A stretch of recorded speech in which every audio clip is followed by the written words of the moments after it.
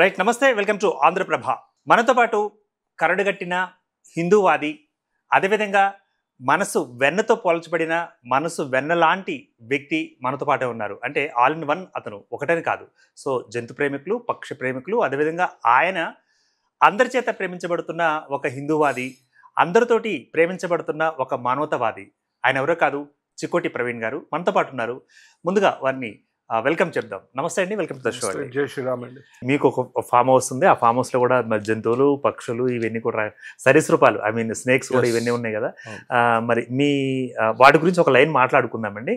So మీ యొక్క life అందులో ఆ ఫామ్ హౌస్ లో ఎలా గడుపుతారంటారు? అంటే ప్రశాంతత కోసం అక్కడికి వెళ్తున్నారు? నాకు జంతువులు అంటే ఇష్టం, ప్రకృతి అంటే ఇష్టం. నా ఫామ్ ఫుల్ గ్రీనరీ తోటి ఉంటుంది, ప్రశాంతంగా ఉంటుంది. నాకు జంతువులని పలకరించి మాట్లాడిస్తూ వాటిని హ్యాండిల్ చేస్తుంటే నాకు చాలా ఒక టైప్ ఆఫ్ హ్యాపీనెస్ వస్తుంది.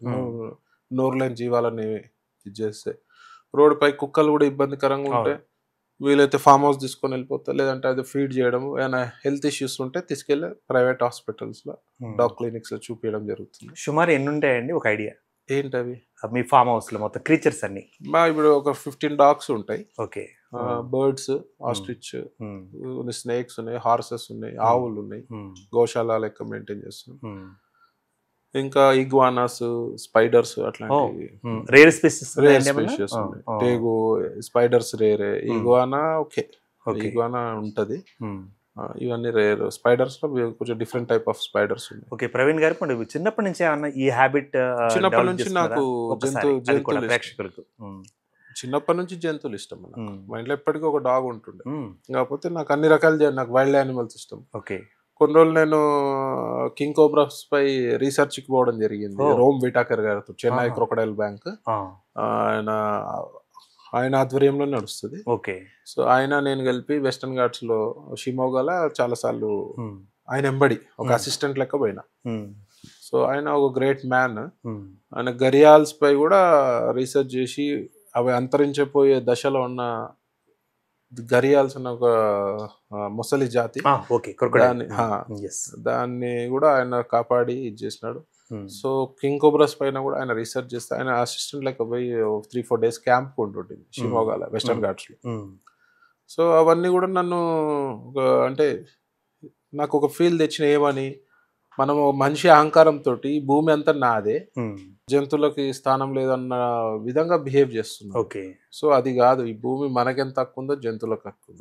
మనుషులు లేకపోతే అవి హ్యాపీగా బతుకుతాయి, కానీ అవి లేకపోతే మన పరిస్థితి. ఓకే. ఒకప్పుడు 1,00,000 టైగర్స్ ఉండే ఇండియాలో. ఇవాళ ఎన్ని 4,000-5,000 టైగర్స్. మళ్ళీ 15-20 years నుంచి పెరుగుతుంది. పోచింగ్ అనుకోవచ్చు, రకరకాల. ఇప్పుడు కరెక్ట్ గా డైవర్సిటీ మెయింటైన్ అవ్వక, వాడికి ఫుడ్ దొరకక, ఉండాల్సిన చోట ఉంటలేవు ఇవి కూడా. సో దాని తప్పిదాలన్నీ వాళ్ళ డిఫారెస్టేషన్ చేస్తున్నారు, అడవులు నరుక్కుంటూ పోతున్నది మనుషులు. సో అవి ఏం చేస్తున్నాయి, నివాస ప్రాంతాలకు వస్తున్నాయి, అవికి సరైన ఫుడ్ లేక చచ్చిపోతుంది.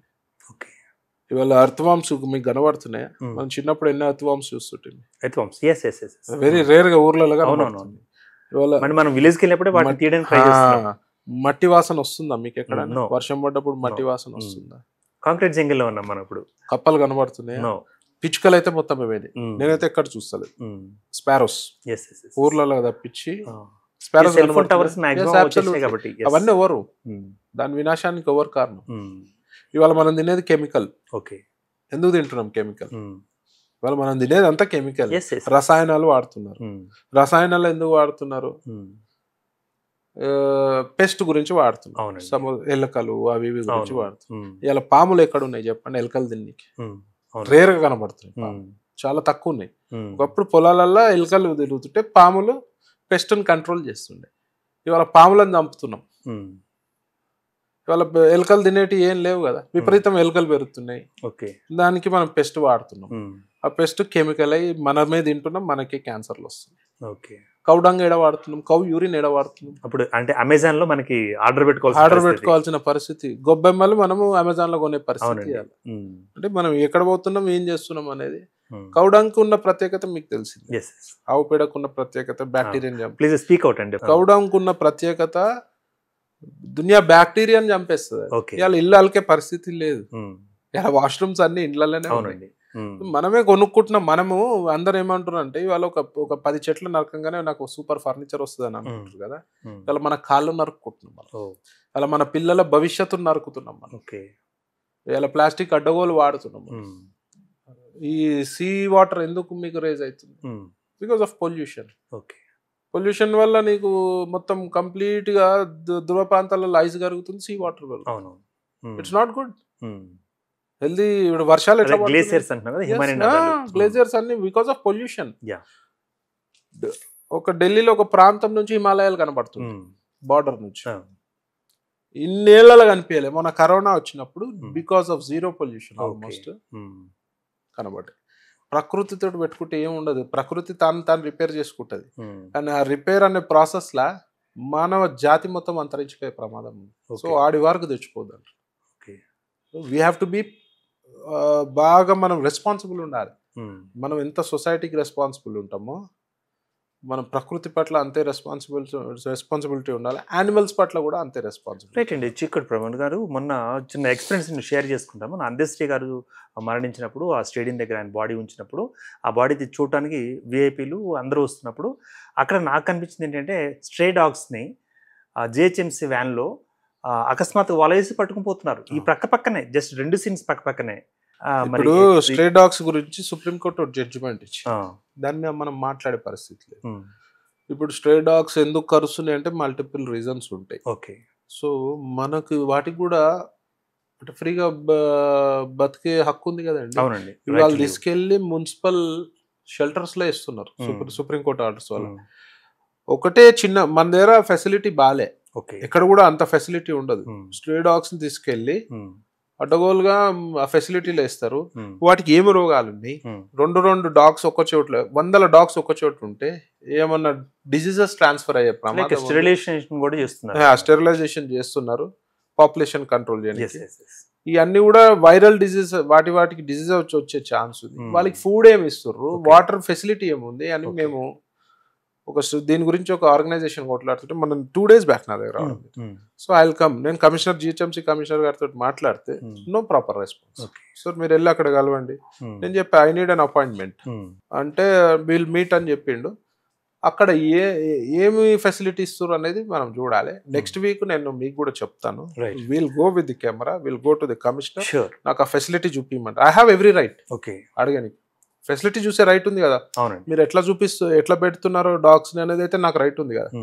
సో మనం వెళ్ళి విత్ కెమెరా వెళ్ళి చూద్దాం వాటి సంగతి ఏందో చూద్దాం. వాళ్ళని బ్లూ క్రాస్ లాంటి మరి సంస్థలు కూడా పనిచేస్తాయి, ఎన్జిఓలు కూడా పనిచేస్తున్నాయి కదా, వాటి మీద మీ కామెంట్ ఏంటంటే? డెఫినెట్ గా అట్లాంటి ఎన్జిఓలు ఉన్నందుకు ఇవాళ అంతో ఎంతో వాటి పరిస్థితి బాగాలేదు. డాగ్స్ పరిస్థితి కానీ జంతువులది ఏది కూడా అంతో ఎంతో బెటర్మెంట్ ఉంది.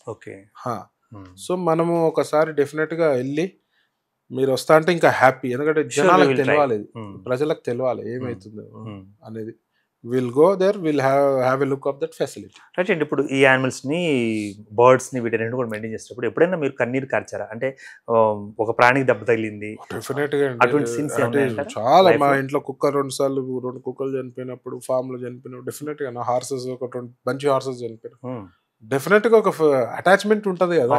ప్రేమగా పిల్లల్ని పెంచినట్టే పెంచుతాం మనం. సో డెఫినెట్ గా you will have some attachment. But కోల్పోయినప్పుడు మీరు పడ్డ వేదన మామూలుగా ఉండదు. చాలా ఉంటది, చాలా పెయిన్ ఉంటది, చాలా పెయిన్ ఉంటది. ఎందుకంటే అవి నిస్వార్థంగా మన మీద ప్రేమ చూపిస్తాయి. Especially dogs. హార్సెస్ కూడా విశ్వాసం ఎక్కువ. సో ఇవి నిస్వార్థంగా చూపిస్తే, మంచి అన్న స్వార్థంగా ఉంటుంది. ఈ poisonous like creatures like snakes ఇవి ఎలా డీల్ చేస్తారు? అంటే పాయిజనస్ గా ఉంటాయి కదా అవి కొన్ని. ఇప్పుడు నా దగ్గర ఉన్నాయి నాన్ వెనమస్. సో పైథాన్స్ అవన్నీ, కార్న్ స్నేక్స్ అన్ని నాన్ వెనమస్. పాయిజనస్ స్నేక్స్ కూడా ఐ కెన్ హ్యాండిల్. కోబ్రా అవన్నీ హ్యాండిల్ చేస్తుంటే నాకు ఒక్క రజల్ వైపర్ అంటే భయం. వెరీ అగ్రెసివ్, రక్తపింజర్ అంటారు తెలుగులో. Very aggressive. దాని దగ్గర అంటే ఓన్లీ ఎక్స్పర్ట్స్ వెళ్ళాలి. నేను ఇప్పుడు మామూలు కోబ్రా అంతా హ్యాండ్ తోటి హ్యాండిల్ చేస్తాను. మా ఫామ్లో వస్తాయి కదా, నాగం పాములు వస్తే. ఇంకొక డౌట్ అండి, ఇప్పుడు చిక్కుడు ప్రవీణ్ గారికి ఇంటికి వచ్చినప్పుడు గెస్ట్లకు కానీ వాళ్ళకి కానీ ఈ పాములు, కుందేళ్ళు కూడా ఇంట్లో అటు ఇటు తిరుగుతుంటాయి, సీట్ల కింద కూడా వస్తుంటాయి, ఎంత నిజం అంటారు? అప్పుడప్పుడు అంటే నేను ఏదైనా సిక్ అనిపించింది అనుకో యానిమల్, అవి తీసుకొచ్చి ఇంట్లో పెడతా. ఇంట్లో పెట్టి దాని ట్రీట్మెంట్ అట్లాంటివి చేస్తాను. అంటే ఇప్పుడు మీ వచ్చేసరికి ట్రీట్మెంట్ జరుగుతుంటారా? లేదు ఇప్పుడు ఏం లేదు. ఇప్పుడు ఈవినింగ్ ఒక 4 స్నేక్స్ వస్తాయి ఇవ్వాలండి. ఇవాళ వస్తాయి. సో నేను ఇంట్లో ఓపెన్ గా ఆడుకుంటుంటాను హ్యాపీగా. నా కార్ లో తిరుగుతాయి, మా పిల్లలు ఆడుకుంటారు, స్విమ్మింగ్ చేస్తాం కలిసి స్నేక్స్ తోటి. స్నేక్స్ మంచి స్విమ్మర్స్, సో కలిసి చేస్తాం. ఒక అపోహ పోవాలి.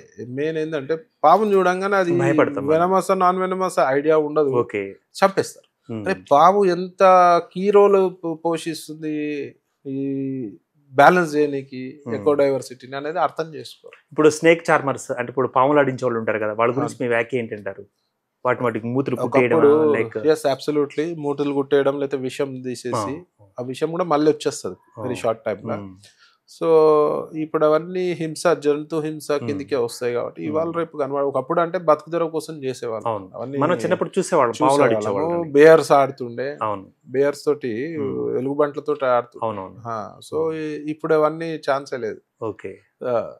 ఎందుకంటే అవి ఉన్నప్పుడు వాల్యూ తెలియాలి. ఇప్పుడు ఎట్లయితే ఎక్స్టెంట్ అవుతున్నాయో ఇప్పుడు మనకి వాటి వాల్యూ తెలుస్తుంది. సో మరి మీ టార్గెట్ ఏంటంటారు? అంటే మీ ఫామ్ హౌస్, మీ యానిమల్స్ కానీ, బర్డ్ శాంక్చురీ కానీ అన్ని హ్యాపీగా ఉండాలి.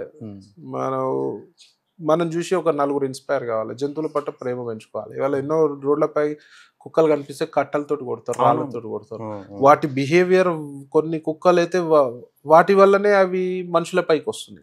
ర్యాబిస్ అవి వైరస్ వ్యాక్సినేషన్ ఇవ్వాలండి, వ్యాక్సినేషన్ ఇవ్వాలి.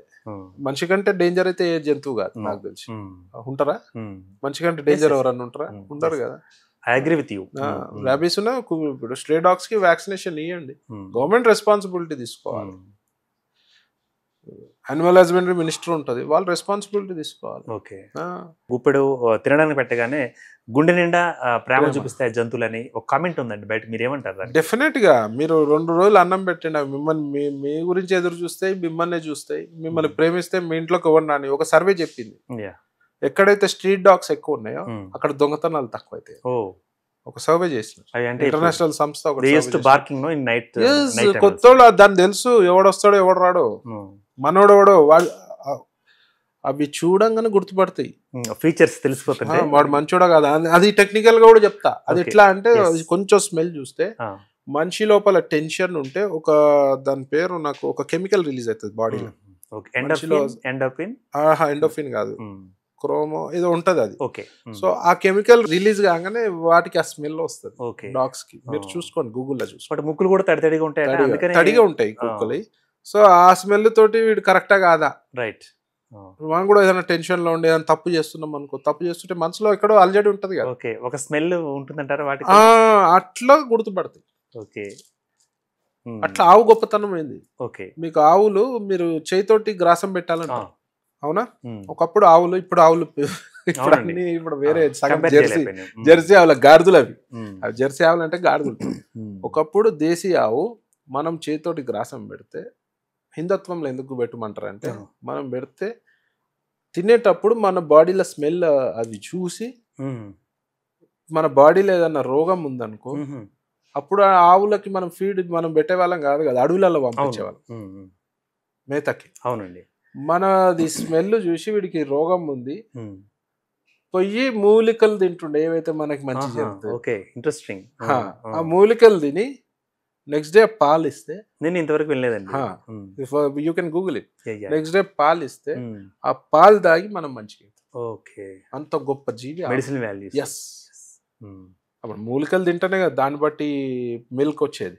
కానీ దాన్ని మీట్ చేసి దాన్ని కూడా మాంసంగా తినడం, అదే అంటున్నా, దాన్ని ఎక్స్పోర్ట్. ఇప్పుడు సుప్రీంకోర్టు ఆర్డర్స్ ఉన్నాయి, మనం చట్టాలను కరెక్ట్ గా. ఇప్పుడు ఎవరైతే పోలీస్ శాఖ ఉందో గోసేవకులపై ఇవాళ కేసులు పెడుతున్నారు, గోసేవ చేసేవాళ్ళు, వాళ్ళని మీరు కరెక్ట్ ఉంటే మేము గోసేవ చేసే అవసరం లేదు కదా, గోవులను కాపాడే ప్రయత్నం చేయాలి అవసరం లేదు కదా. మీరు మీ సుప్రీంకోర్టు ఆర్డర్స్ ఉన్నాక కూడా మీరు పట్టించుకోకుంటున్నందుకే ఇలా కబీలాలకు పోతున్నాయి. అంటే ఇంకొకటి ఆఫ్ ది రికార్డ్ అండి, మీరేమో సీరియస్ అవుతారేమో కానీ బీజేపీ హయాంలోనే ఈ కబేలాలు, అదంతా వరస్ట్ మాట, అదే అంటున్నా. అట్లా అన్న చెప్పందుకొని కొడతాం. ఎందుకంటే లేనిపోని అలిగేషన్ చేయాలని ఒక ముఖ్య ఉద్దేశం. ఏం అవసరం అండి బీజేపీలో ఉన్న వాళ్ళకి, ఏం అవసరం? పిచ్చి మాటలు ఇవన్నీ కూడా ఒక వర్గం వాళ్ళు క్రియేట్ చేసిన ఈ ఎక్స్పోర్ట్స్ రేట్ కూడా ఎక్కువ ఉంది బీజేపీ హయాంలోనే అంటూ ఏ అందులో export? అంటే బీఫ్ దీనికి సంబంధించిన మాంసం ఎక్స్పోర్ట్ చేసేది కూడా. ఇవన్నీ వేస్ట్ చెప్తున్నా బీజేపీ పై అది బురద క్లియర్ కట్ జల్లే చేయాలి మీరు ప్రయత్నం. ఒకసారి. బురద జల్లే ప్రయత్నం చేస్తున్నారు Okay. కానీ ఎవరికేం అవసరం ఇలా మేము ఆవును ఎవరిని తీసుకెళ్తుంటే మా రక్తం మరిగిపోతుంది. నా రేంజ్ రోవర్ లో చిన్న చిన్న ఆవులను తీసుకుపోతుంటే నేను ఫామ్ నుంచి ఇంటికి వచ్చే టైంలో ఆపి కొట్టి నా బండ్ల రేంజ్ రోవర్ లో తీసుకుపోయి మళ్ళీ ఫామ్ లో దించి వచ్చిన సంఘటనలు ఎన్నో ఉన్నాయి. Nice of you. డెఫినెట్ గా అది తప్పుడు మాట, తప్పుడు ప్రచారం. రైట్. ఇక మరి జంతు ప్రేమికులకు, పక్షుల ప్రేమికులకు, ప్రకృతి ప్రేమికులకు మీరు ఇచ్చే మెసేజ్ ఏంటంటే? డెఫినెట్ గా everyone has to be responsible towards nature, towards animals. అవి ఉంటేనే మనం ఉంటాయి, మనం లేకపోతే అవి ఇంకా హ్యాపీగా ఉంటాయి. కానీ అవి ఉంటే మనం మంచిగా ఉండాలి, ఫ్యూచర్ జనరేషన్ బాగుండాలంటే వాటిని కాపాడుకోవాల్సిన బాధ్యత మనపై ఉన్నది. ఎందుకంటే డ్యామేజ్ చేసేది మనమే కాబట్టి వాటిని కాపాడుకోవాల్సిన బాధ్యత కూడా మనపై. రైట్. ఇప్పుడు అంటే ఒక చికోటి ప్రవీణ్ గారు, ఒక దుర్గాప్రసాద్ కాకుండా మరి మిగతా ఎన్జిఓలు కూడా అన్ని రావాలి కదా, వాటికి ఇచ్చే మీరు పిలిపి ఏంటంటే? డెఫినెట్ గా అందరూ పని చేయాలి. చాలా మంది నిస్వార్థంగా నాకంటే ఎక్కువ పని చేస్తారు. నేనేం తో పని చెప్పా. గొప్పగా నాకంటే ఎక్కువ డాగ్ లవర్స్ ఉన్నారు, నాకంటే ఎక్కువ యానిమల్ లవర్స్ ఉన్నారు. కాకపోతే మేము కొంచెం ఫేమ్ అయ్యి ప్రొజెక్షన్కి వచ్చినాం కానీ వాళ్ళందరూ వర్క్ చేయాలి. వాళ్ళ ఎంబడి నేను కూడా వర్క్ చేస్తా, వాళ్ళ ఎంబడి వాళ్ళ వెంక కూడా నేను ఉంటాను, ముందర ఉంటాను. డెఫినెట్గా అందరూ కూడా సొసైటీలో ఉన్న వాళ్ళందరూ కూడా we have to be responsible towards nature. Right, Andy. Thanks for the message. Thanks for the participation. Thank you very much. Yes, sure. Keep watching Andhra Prabha.